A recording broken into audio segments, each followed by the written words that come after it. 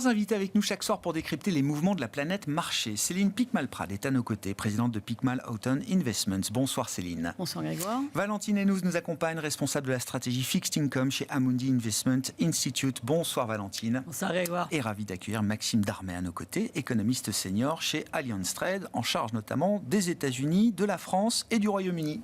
Bonsoir Maxime, bonsoir. Bienvenue.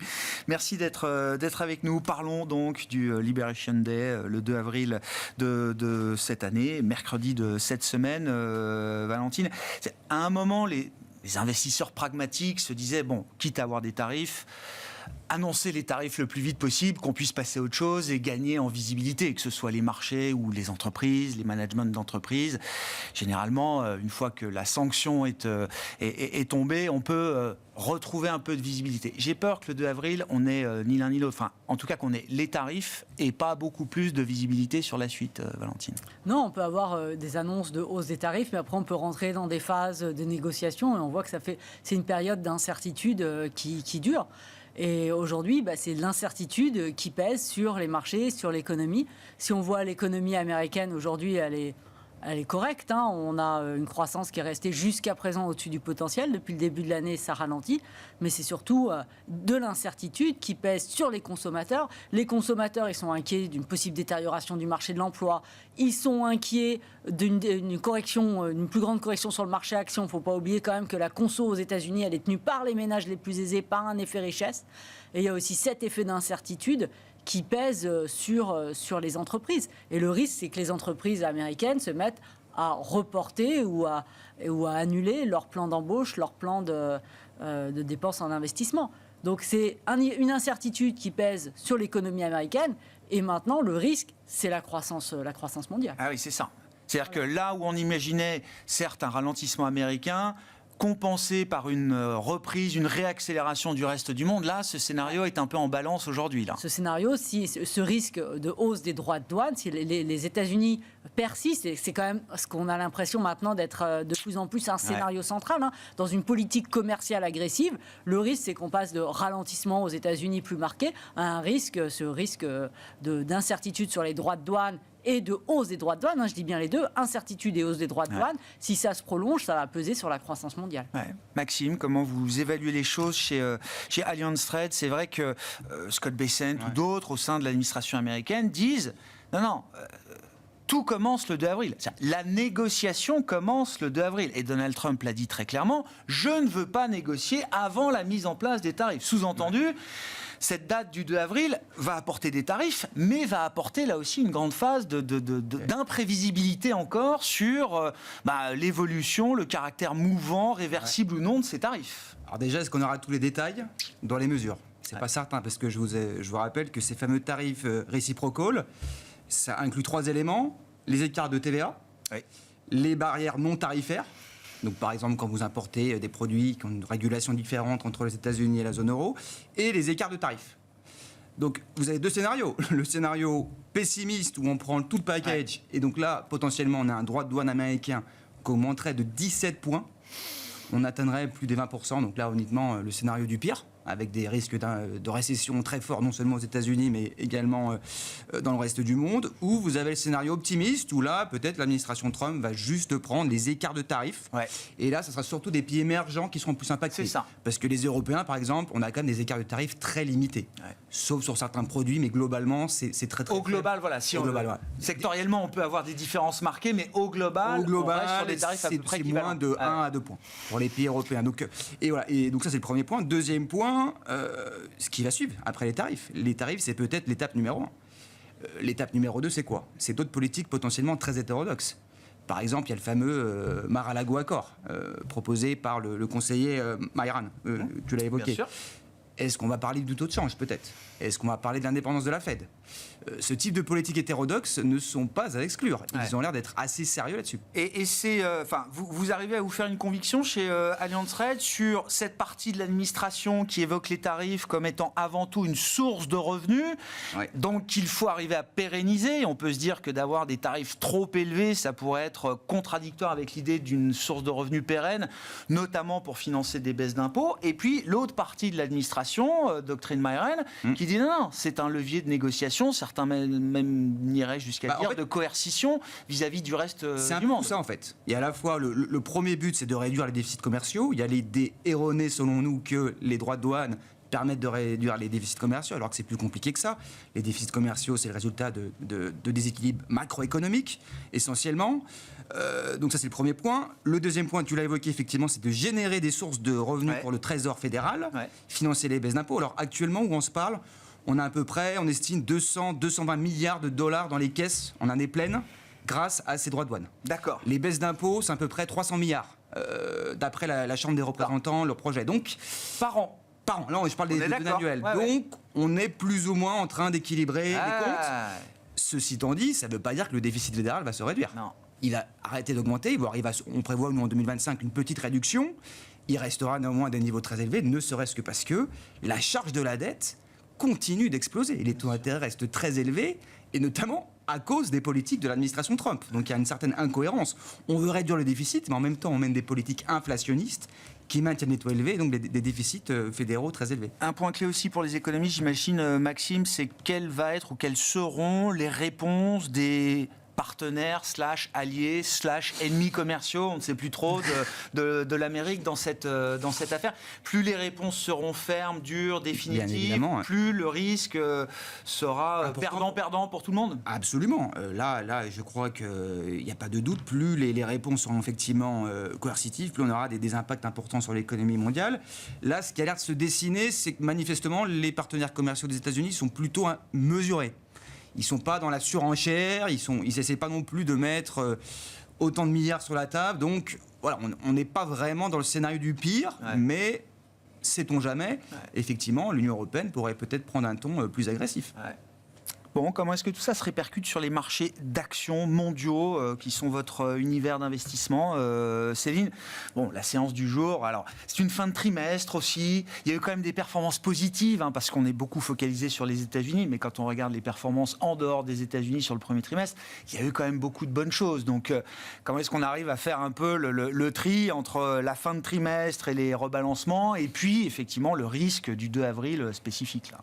Mais ce qui est très intéressant, Grégoire, cette année, c'est qu'on l'évoquait tout à l'heure avec Valentine, on l'a évoqué à l'instant avec Maxime, dans cet environnement extrêmement incertain du côté des États-Unis, le marché qui a été le plus sanctionné cette année, c'est clairement le marché américain.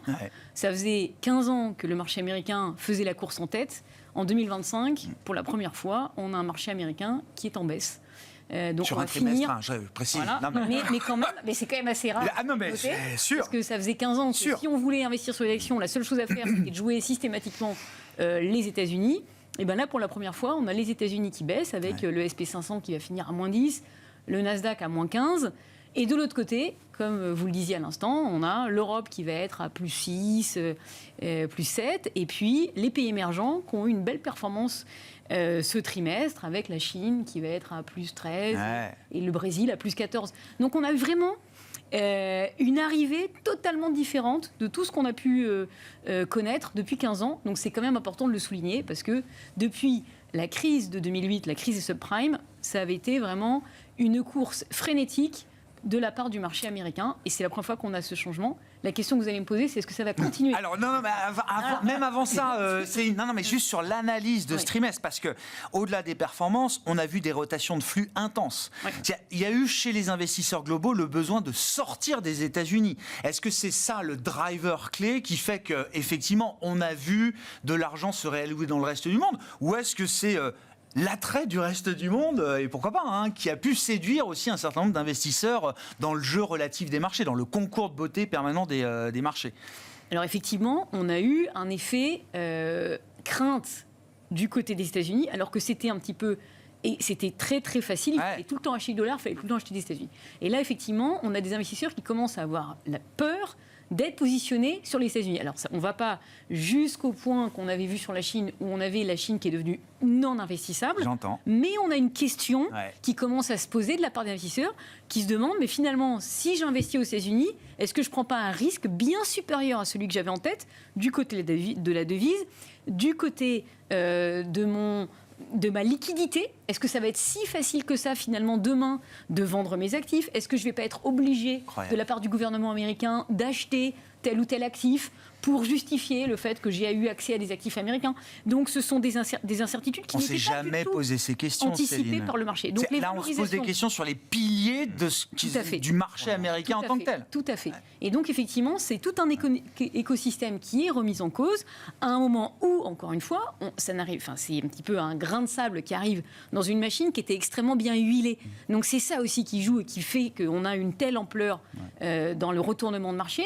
C'est que tout le monde était positionné du même côté, tout le monde était convaincu qu'il allait rien se passer, tout le monde a ouvert le champagne quand Trump a été élu, donc les investisseurs ont été pris totalement à le biais de confirmation, 2016. Là, effectivement, c'est ça qui a joué, et donc, effectivement, personne n'avait anticipé une telle incertitude. Hétérodoxe, on ne peut rien exclure. C'est exactement ce que la rupture potentielle, ce que disait Valentine également. Ce qui est vraiment très intéressant, c'est que s'ils remettent en question des années d'intégration, ça veut dire quoi? Ça veut dire remettre en question les marges exceptionnelles des entreprises américaines. Et ces marges exceptionnelles, c'est ce qui avait tenu les marchés actions américains depuis des années, où à chaque résultat, on regarde quand même les graphiques de marge des entreprises américaines, où ça monte, on se dit mais comment ça monte? Mais en fait, c'était un travail important qui était fait sur l'optimisation des chaînes de production. Donc là, Trump, il est quand même très très destructif, et s'il met fin à cette intégration, ça veut dire moins de belles marges pour les entreprises américaines.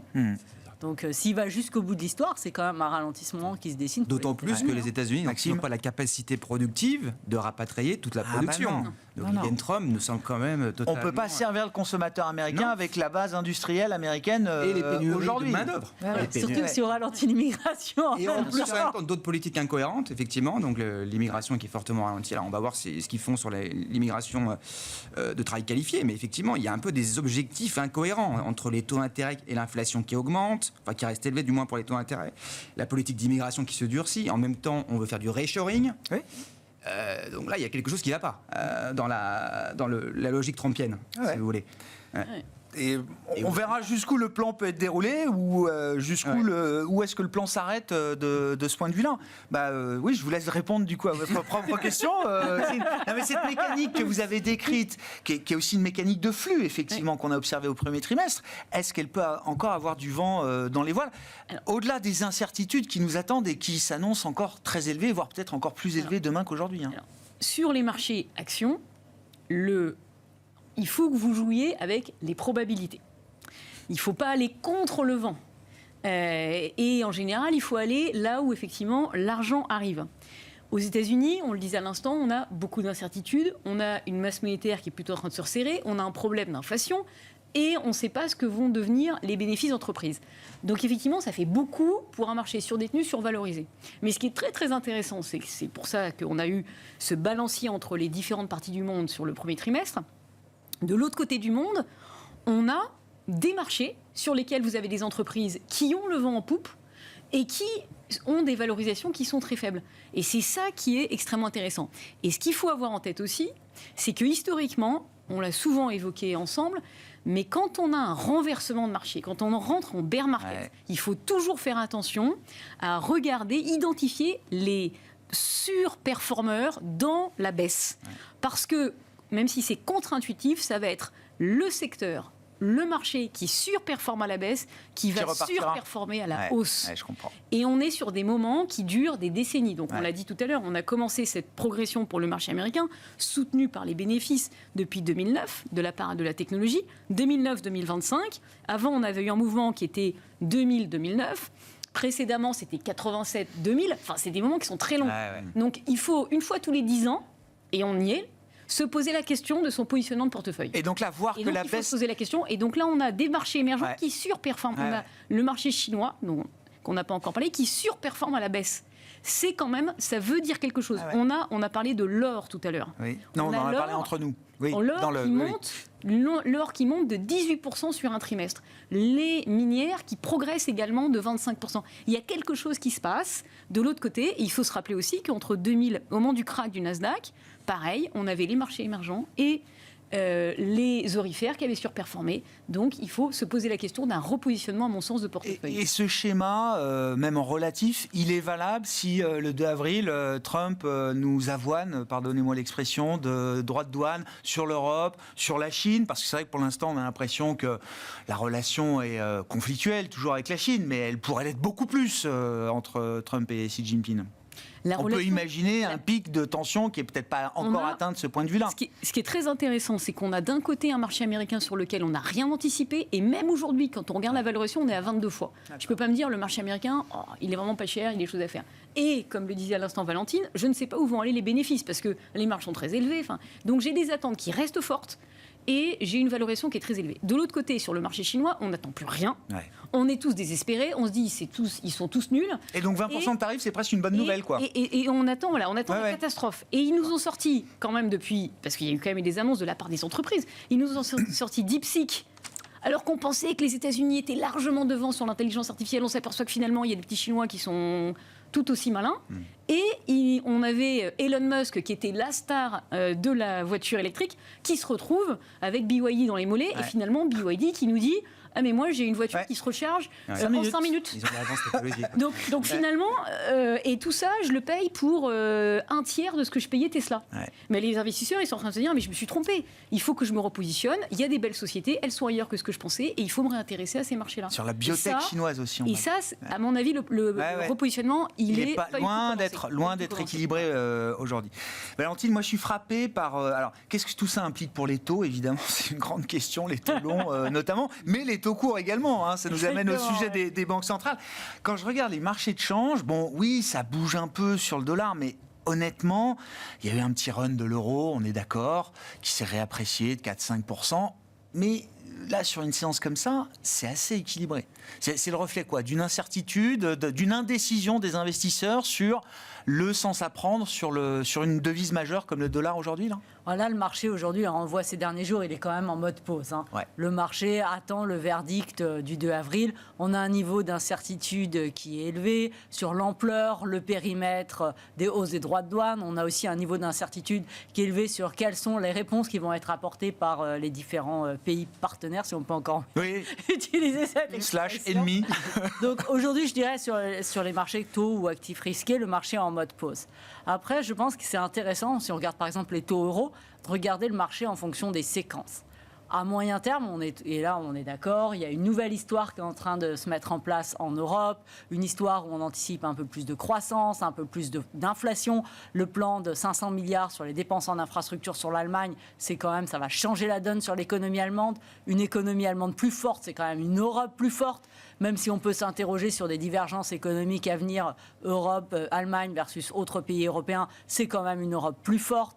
Donc ça a quand même été très très rapidement, si on regarde la réponse sur les taux, elle a été extrêmement rapide. En 15 jours, on a pris plus 50 points de base, plus 0,5% sur le 10 ans allemand. Et le marché s'y est pas trompé, ça a tenu. C'était pas un... C'est un peu revenu, mais ça a tenu. L'idée que nous, si on regarde aujourd'hui ce plan de dépenses, ça va changer la donne quand même sur la croissance à moyen terme sur l'Allemagne. Ça veut dire aussi plus d'émissions, hein, si on regarde les 500 milliards, mais si aussi... on ne sait pas vraiment aujourd'hui comment on va les financer, mais si on veut aussi augmenter nos dépenses sur la défense pour passer de 1,9 points de PIB à 3,5 points de PIB, ça fait quand même beaucoup d'émissions en plus.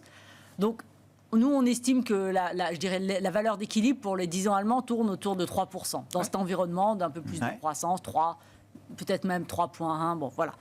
Mais ça, c'est à moyen terme. Ouais. À court terme, qu'est-ce qu'on a ? Parce que l'impact positif sur la croissance de ces plans, ce n'est pas un impact pour les 6 prochains mois.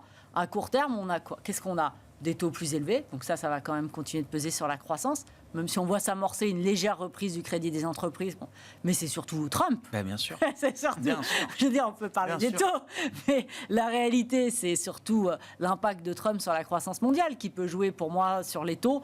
Après, la question pour les banques centrales, elle ne va pas être simple, parce que ça va dépendre quelle est l'inflation que va générer cette politique de Trump.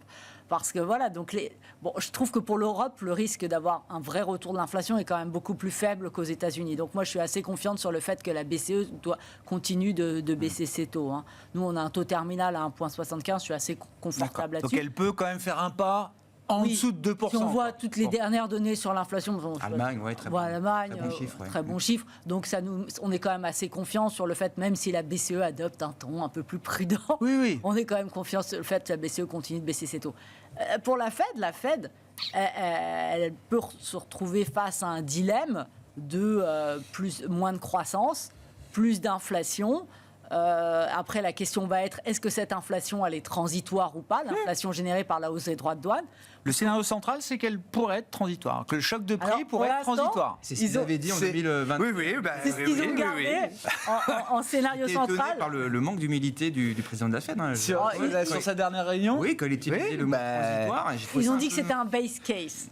Donc c'était quand même un scénario central avec des scénarios de risque. Même si le taux de plot était un peu plus au quiche que beaucoup ont dit, puisqu'il y a de plus en plus de membres du FOMC qui anticipent zéro baisse de taux. La question, c'est de la durée, du transitoire. Voilà, exactement. Et après, le risque qu'ils veulent prendre par rapport à leur crédibilité. Parce que comme on vient exactement de souligner, l'épisode Covid où leur crédibilité a été mise à mal n'est quand même pas très très loin. Non. Donc, et puis, ce qu'on peut discuter, c'est rapatrier les chaînes de production. Ça ne va pas se faire en 6 mois. S'ils veulent vraiment le faire, c'est une histoire de 3 ans, 5 ans. Donc ça veut dire des pressions sur les coûts qui vont durer. Donc cette inflation, elle peut peut-être un peu perdurer. Après, qu'est-ce qui va l'emporter de la croissance et de l'inflation? C'est pas évident. Moi, je suis quand même de l'avis que si on continue, on persiste sur cette voie, même aux États-Unis, c'est quand même la croissance qui va vraiment souffrir. Qui va souffrir le plus. C'est quoi le risque principal là, sur la macro américaine? Est-ce qu'on parle d'un soft landing, enfin, j'allais dire, qui n'a jamais eu lieu, puisque ça fait 2 ans que l'économie américaine est au-dessus du potentiel? Est-ce que là, enfin, on arrive à revenir un peu en dessous du potentiel sans aller trop loin non plus dans le rouge? Ou est-ce que les choses n'étant pas forcément linéaires, le vrai risque principal est celui d'un atterrissage en douleur? Oui, clairement. Alors, il faut bien se rappeler que ce qui a soutenu la surperformance de l'économie américaine, c'est 2 choses. C'est l'immigration forte, on l'oublie, et la politique budgétaire. Des déficits colossaux, plus de 6-7% du PIB. Donc c'est ça qui a alimenté la croissance, la surperformance américaine.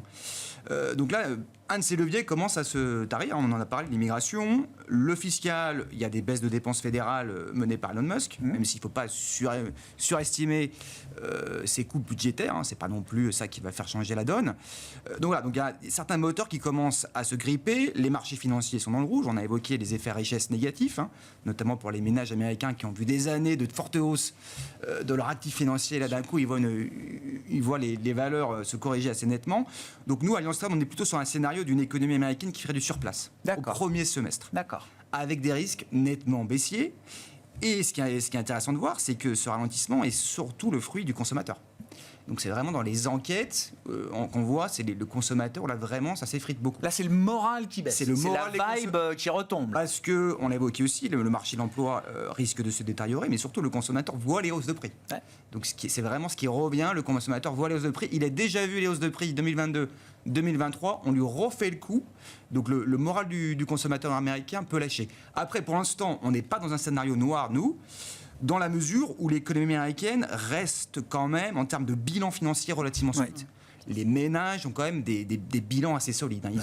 Ils ont des dépenses d'intérêt assez faibles, la croissance des salaires, des revenus les plus faibles a pas mal progressé, ils sont en net, ils sont prêteurs sur le reste de l'économie, les ménages américains, donc ils ont quand même des bilans solides. Mais tout va dépendre, bien évidemment, de la politique menée en termes tarifaires par l'administration Trump. Et du comportement des agents économiques, c'est-à-dire le pouvoir de fixation des prix que les entreprises, qui est tombé du ciel pour certaines entreprises pendant le choc inflationniste.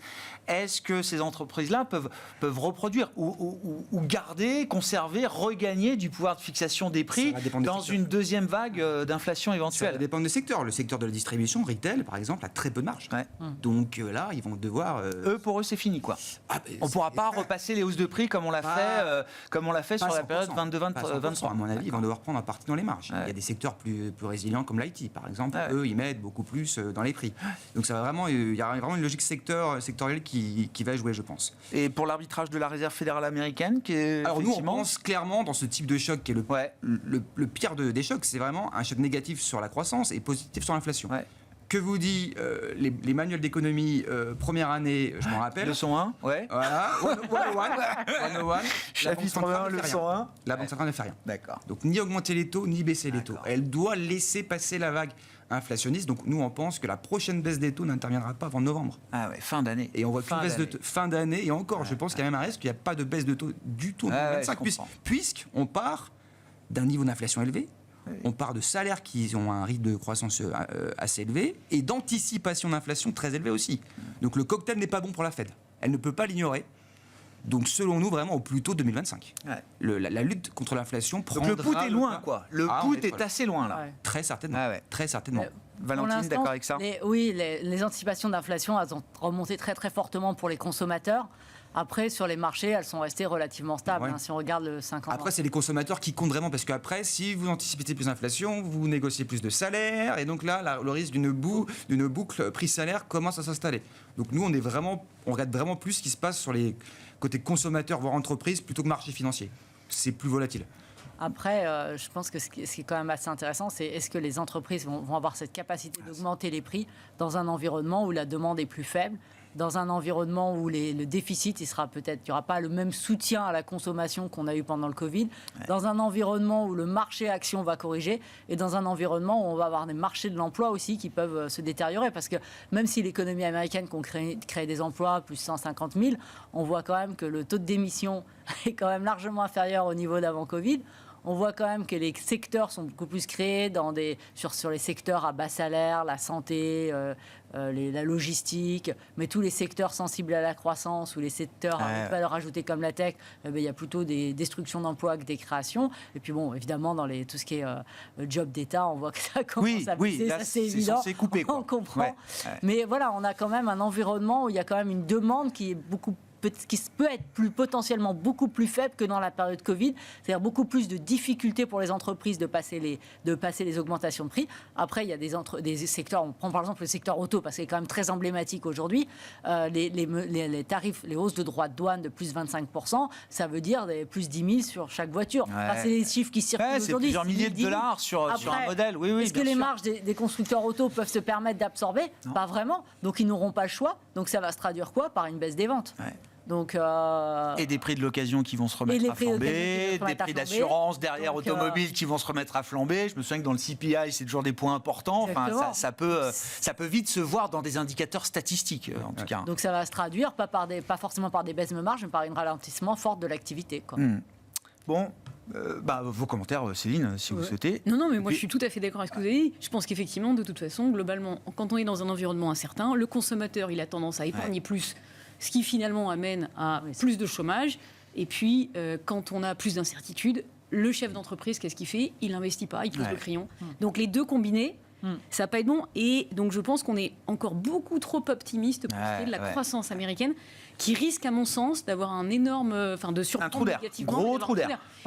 Et on n'est pas au bout des surprises négatives là sur les États-Unis. Et normalement, c'est ce qui me chagrine un petit peu, on devrait avoir une baisse des bénéfices d'entreprise quand on a un ralentissement économique, alors qu'aujourd'hui, on attend toujours une progression. On le voit pas encore. Autour des deux chiffres sur les bénéfices américains. Et quand on écoute FedEx, on écoute Walmart, on écoute Delta Airlines, on les écoute tous, ils nous disent tous il y a des incertitudes macro, les clients ne viennent plus dans les magasins. Et donc à chaque fois, ça fait du moins 10 lors de l'annonce des résultats, mais on a l'impression que les analystes ou le marché est à chaque fois surpris. Comme si on pensait que... C'est une récession générale du consommateur. Voilà. Ça semble et c'est 70% du PIB américain, c'est la consommation. Donc il y a quelque chose qui n'est pas encore bien collé. Et je vois très peu d'analystes qui parlent de ce ralentissement à venir quand même du côté de l'économie. Et les valorisations que vous avez sur vos marchés, elles protègent quand même du risque, parce qu'une récession aux États-Unis, si le consommateur américain flanche, c'est un problème pour Donald Trump et le marché américain, c'est un problème pour le monde entier. C'est pour ça qu'il faut être sur des bouées qui sont le plus éloignés possible du problème. D'accord. C'est-à-dire que depuis alors c'est quoi un exemple de bouée là justement comment je parlais de la Chine. La Chine, d'accord. Oui, mais ils ont vécu. Là, on a une espèce de guerre froide qui était enclenchée entre les deux blocs. Donc il y a eu beaucoup d'écartements, de dissociation, d'accord. Dissociation avec il y a eu un découplage qui a été effectué depuis 10 ans, quoi. Les exportations chinoises, elles vont essentiellement vers les pays émergents aujourd'hui, très peu vers les États-Unis. Le pourcentage des ventes des sociétés cotées à la bourse chinoise qui sont liées à l'étranger, c'est 15%. Ah ouais. On est très très loin des niveaux qu'on peut avoir aux États-Unis de dépendance vis-à-vis de l'étranger. Donc si vous allez sur des entreprises qui sont en Chine, qui vont aller vendre leurs produits au Brésil ou qui vont aller vendre leurs produits ailleurs dans les pays émergents, ou si vous avez même des sociétés qui vendent en Chine, ben vous êtes loin du problème. Ouais. Et c'est à mon sens ça qu'il faut aller chercher. S'éloigner le plus. Il faut être le plus décorrélé de ce ralentissement américain. Et c'est vrai que c'est un des problèmes qu'on a un tout petit peu sur l'Europe, parce qu'on le sait tous, quand les États-Unis s'enrhument, l'Europe éternue. Voilà, c'est un petit peu le problème qu'on risque d'avoir. Et on est quand même une économie qui est assez liée, malgré tout, à l'économie américaine. Ouais. Donc c'est le petit bémol qu'on devrait avoir à court terme pour l'Europe. Ouais. Valentine. Et là, on parle du ralentissement aux États-Unis, mais si ça se passe mal, si la politique commerciale se durcit, ça ne va pas être qu'un sujet américain, ça va être un sujet croissance mondiale. Et ce qui est génial, ça va être de voir la réponse qui est apportée par les pays partenaires. Ouais. Parce que le côté très très positif de la politique de Trump agressive, c'est la réaction de l'Europe, où en fait on se reprend en main, où l'Allemagne, après 2 années de récession, se dit « Oula, il va falloir quand même que je fasse quelque chose pour restructurer mon économie », où l'Europe se dit « Oui, faudrait peut-être qu'on soit un peu plus autonome, qu'on renforce notre souveraineté sur la défense ». Peut-être qu'ils vont aussi s'interroger sur renforcer la souveraineté sur le numérique. Donc la réaction, ce qui va être extrêmement intéressant, ça va être vraiment ces histoires de séquences. Si c'est mauvais pour les États-Unis, ça veut dire que ça va quand même être mauvais pour la croissance mondiale. Et ce qui va être intéressant, et là où il va sûrement avoir d'énormes opportunités en tant qu'investisseur, c'est quelles vont être les réponses apportées par les pays partenaires. Ouais. Est-ce qu'on poursuit, est-ce qu'on augmente effectivement l'idée de l'autonomie stratégique dans une adversité conjoncturelle, cyclique, provenant des États-Unis en l'occurrence? Exactement, et des plans de soutien par exemple en Chine, je pense qu'ils en ont un peu sous le pied pour la consommation. Je pense qu'ils en gardent sous le pied en cas d'une attaque, d'une politique commerciale beaucoup plus agressive des États-Unis. Ils en gardent sous le pied pour faire des plans. Et donc là, c'est vraiment des opportunités, tout ça pour les investisseurs. Un point qu'on a discuté avec certains de vos confrères sur la Chine, c'est aussi ce qui s'est passé en 5 ans. C'est-à-dire qu'on se souvient de 2020, 5 ans en arrière, fin d'année, Ant Financial devait entrer en bourse. 2 jours avant, le parti dit stop, c'est terminé.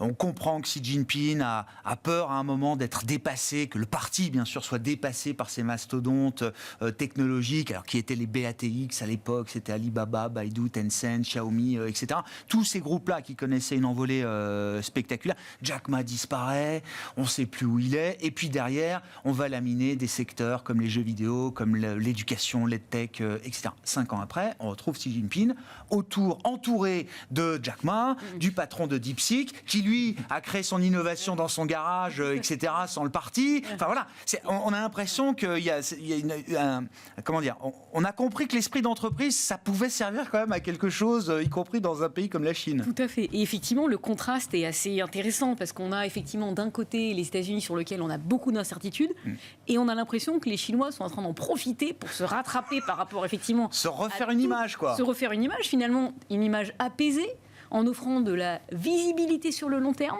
ce qu'on n'a pas beaucoup aux États-Unis. Et puis c'est vrai qu'il y avait le fait qu'ils étaient en conflit avec les entrepreneurs. Donc là maintenant ils se sont affichés avec les entrepreneurs, donc c'est fini. Deuxième chose, il y avait un problème parce qu'ils n'avaient jamais poussé la consommation. Et comme on le disait à l'instant, un des grands problèmes de la Chine, c'est qu'ils poussent tout le temps vers les exportations. Mais il y a un moment où il faut avoir des entreprises qui sont tournées vers les consommateurs et des consommateurs qui arrêtent d'épargner et qui se mettent à dépenser pour leur quotidien. Et ça, c'est le levier qui a été identifié comme la priorité le 16 mars du prochain plan national pour l'économie chinoise. Donc c'est quand même un énorme changement. Et puis, on a des pépites qui sont en train d'émerger. Donc effectivement, avec par exemple BYD qui nous explique qu'ils ont 110 000 ingénieurs. 110 000 ingénieurs qui travaillent. Donc, le rattrapage à faire pour d'autres, je veux bien qu'en Europe, on soit très très fort chez Volkswagen, mais avant qu'on ait 110 000 ingénieurs qui travaillent pour un leader automobile, on en est très très loin. Donc, ils ont profité un petit peu des 10 années de calvaire qui ont été subis par les marchés chinois pour reconstituer une force de frappe, dans les énergies renouvelables, dans la voiture, tous les secteurs, ils ont progressé même les semi-conducteurs, dans l'intelligence artificielle. Ils sont restés même dans les produits bas de gamme. Je regardais, les Chinois, ils arrivent à garder les deux. Ce qui est totalement unique. Généralement, les pays émergents, ils quittent il y a une montée en gamme. Il y a une montée en gamme. Et là, je crois que c'est pour la première fois, honnêtement, dans l'histoire économique, qu'on a vu les Chinois, un pays en tout cas, qui maintient des parts de marché significatives dans les produits bas de gamme. On arrive à être l'usine du monde et également des produits pionniers technologiques. Voilà, ils vont utiliser ça comme usine à cash. Parce que du coup, ils ont des parts de marché colossales bas de gamme pour financer l'innovation. Ils gardent toute la chaîne de valeur. Ce qu'avaient fait les Japonais. Les Japonais, début des années 80, on les avait totalement sous-estimés et après ils nous ont laminés avec Sony, Nintendo, enfin bref, on était complètement Toyota et on a découvert la déferlante des années 80. Donc on verra, mais effectivement, il y a quelque chose d'assez intéressant. Et ce que vont faire les Américains de revenir sur les phases. Oui, non mais sûr. 110 000 ingénieurs, Un petit mot de la France dans le contexte européen, Maxime, ça fait partie des pays que vous suivez de près chez Allianz Trade, donc on évoquait le plan, la relance allemande. C'est bon pour l'Allemagne, c'est bon pour tout le monde. Ça peut créer des chocs asymétriques quand même entre les pays. Et parlant concrètement de la France, quel niveau de transmission est-ce qu'on peut avoir entre la relance budgétaire allemande, ce qu'elle va produire en Allemagne, et l'économie et la croissance française? Alors, de façon indubitable, c'est une très bonne nouvelle pour la France et pour l'Europe. Notamment le plan d'infrastructure. Ce type de dépenses, notamment les montants qui ont été annoncés, c'est un contenu en importation très fort, si vous voulez. Donc clairement, tous les pays, y compris la France, vont en profiter en termes d'exportation accrue. Mais aussi, plus généralement, en termes de sentiment. Ça améliore les perspectives sur le secteur industriel. Donc vraiment, des bonnes choses. Après, à court terme, il y a un petit bémol, c'est effectivement des conditions financières qui sont un peu plus dures. Les taux d'intérêt qui ont suivi à la hausse les taux d'intérêt allemands, donc ça, c'est moins bon pour le marché immobilier, par exemple, qui est très sensible à la partie longue des taux d'intérêt. Mais indiscutablement, à moyen terme, ça va être positif. Après, tout va dépendre de savoir où est-ce cet argent va être dépensé. La défense, vous savez, vous pouvez aussi créer des éléphants blancs. C'est-à-dire... L'effet multiplicateur n'est pas évident quand on investit dans la défense. Voilà, ça dépend dans quoi vous dépensez, même si il est clair que l'industrie de défense britannique, française, italienne dans une moindre mesure vont clairement profiter des nouvelles commandes. Hein. Mais tout ça prend du temps. Il faut établir les chaînes de valeur, il faut embaucher les nouveaux ingénieurs, techniciens. L'Europe reste quand même confrontée à un potentiel de croissance très faible. Ne serait-ce que parce que la population décroît ou croît très faiblement, donc on n'a pas la main-d'œuvre nécessaire. Donc on va devoir jouer sur le levier de la productivité, qui est le deuxième pilier de la croissance. Mais ça met beaucoup de temps à s'enclencher, si vous voulez. Donc vision positive, mais c'est plutôt du moyen terme. Sur le court terme, on reste assez prudent. L'Europe n'a pas changé d'un claquement de doigts. Ça va dans le bon sens, les infrastructures notamment. C'est un choc positif pour la zone euro globalement et pour la France, mais attention à ne pas surestimer les effets. Pour la Banque Centrale Européenne, qu'est-ce que vous comprenez de sa fonction de réaction entre Trump, le court terme, le risque de trou d'air ou de manque de croissance, de fragilité de la croissance et de la reprise, et des perspectives un peu plus alors plutôt qu'on brillantes pour le moyen long terme? On voit nous un taux terminal autour de 2%, donc on n'est pas très loin dès le mois de juin. D'accord, c'est déjà un peu plus élevé que ce que disait Valentine. 75, je crois. Mais bon, chaque quart de point peut compter quand même dans cette affaire. Globalement, la BCE est quand même bien placée pour baisser encore les taux, relancer la croissance, l'inflation. Et 2%, c'est bien alors? 2% nous semble un taux terminal. Ça soutient ou pas? Légèrement soutien. D'accord, ça soutient légèrement. Ok. Ça va vraiment dépendre de ce qui se passe cette semaine en termes de droits de douane. Hein, parce que bien évidemment. Je pense que la Et ce serait vu quoi? Baissier tôt pour la Banque Centrale Européenne? Oui, il reste sur la croissance. Moi, je vois ça baissier tôt. Après, ça dépend vraiment de la réponse qui est apportée en termes de... Voilà, bonne nouvelle sur le front de l'inflation. Et plus généralement, si on prend un peu de recul, il y a un autre sujet, on n'a pas eu trop le temps d'en parler, c'est que vont devenir les produits chinois qui n'auront plus dans le marché américain. Et les produits canadiens sur l'acier. L'Europe est en train d'essayer de se protéger. Ils risquent de se déverser en Europe, dans d'autres pays émergents. Donc ce choc est potentiellement déflationniste pour le reste du monde. Ce qui est bien pour nous. Puisque vous avez des milliers de tonnes d'acier canadien qui ne savent plus où aller. Donc, automobiles aussi japonais, coréens, qui sont très dépendants du marché. On verra comment la protection des frontières fonctionne. Il risque d'avoir du protectionnisme qui revient. Le Canada, c'est un ami fiable. Oui, mais la Chine, on verra. C'est ce que craint Trump. Trump, il craint maintenant des alliances entre les pays partenaires. Et ce serait la réponse la plus positive qu'on puisse amener à cette guerre commerciale. C'est pour ça qu'on verra ce qu'en est des tarifs universels et réciproques. C'est vrai que s'il veut tout patcher, effectivement, ce sera un tarif pour tout le monde. C'est pour ça que cette période d'incertitude va durer. Le temps que tous ces équilibres se remettent en place, c'est pas quelque chose qui va se faire en 2 mois. Avec des niveaux d'incertitude selon tous les modèles des économistes qui ont déjà explosé tous les records, y compris ceux de Trump 1.0. Dernière question, Valentine, parce que je reviens sur le choc de taux en Europe lié aux nouvelles perspectives allemandes. C'est toute la courbe qui a monté et l'ensemble de la courbe de manière assez homogène. Exactement. Est-ce que il faut imaginer quand même que les spreads puissent se réécarter entre l'Allemagne et d'autres pays à un certain stade? Alors, sur la courbe, déjà, on avait même les anticipations de baisse de taux de la BCE avaient été réduites. Les investisseurs se sont dit on va peut-être devoir moins baisser les taux vu qu'on aura un peu plus de croissance.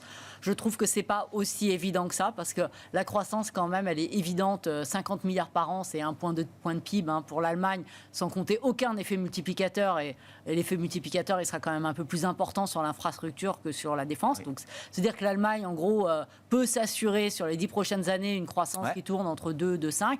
Cet impact croissance, c'est positif pour l'Europe. Je partage ce point de vue. Une Allemagne forte, c'est une Europe forte. Mais on peut quand même s'interroger sur l'impact qui soit un peu moins positif pour les autres pays européens. Parce qu'eux vont devoir, si on doit augmenter nos dépenses sur la défense, et si c'est fait au niveau national, ça veut dire avoir plus de discipline budgétaire. Donc ça va quand même, ça interpelle sur la croissance pour des pays comme la France. Si la France doit réduire ses dépenses pour faire plus, pour dépenser sur la défense, ça va être quand même compliqué. Augmenter les taxes. Augmenter les taxes. Voilà, donc ça veut dire que l'impact croissance est moins évident. Après, ça faut aussi ça va dépendre aussi comment est-ce qu'on dépense sur la défense. Est-ce qu'on va acheter des produits américains? Parce qu'on voit pendant la guerre avec l'Ukraine, on a acheté beaucoup de produits aux Américains. Donc là, l'effet multiplicateur, c'est un éléphant blanc pour reprendre l'expression. Donc, donc je pense que là, pour moi, il y a 2 points qui vont être importants pour limiter cette divergence économique entre les pays de la zone euro. C'est que les financements de la défense soient faits au maximum au niveau européen. On voit que ça a du mal à se dessiner dans cette direction. Et que la BCE reste accommodante pour pouvoir absorber ce surplus. Accommoder la situation. Pour pouvoir absorber ce surplus d'émissions. Donc ça, c'est les 2 paramètres, pour moi, pour éviter cette divergence entre les pays. Bon, on verra déjà des premiers éléments de clarification attendus cette semaine, ce 2 avril, sur les tarifs et puis les conséquences à suivre. Merci à vous 3 d'avoir été les invités de Planète Marché ce soir. Valentine Hénouz, Amundi Investment Institute, Maxime Darmet, Allianz Trade et Céline Picmal-Prade, Picmal Houghton Investments.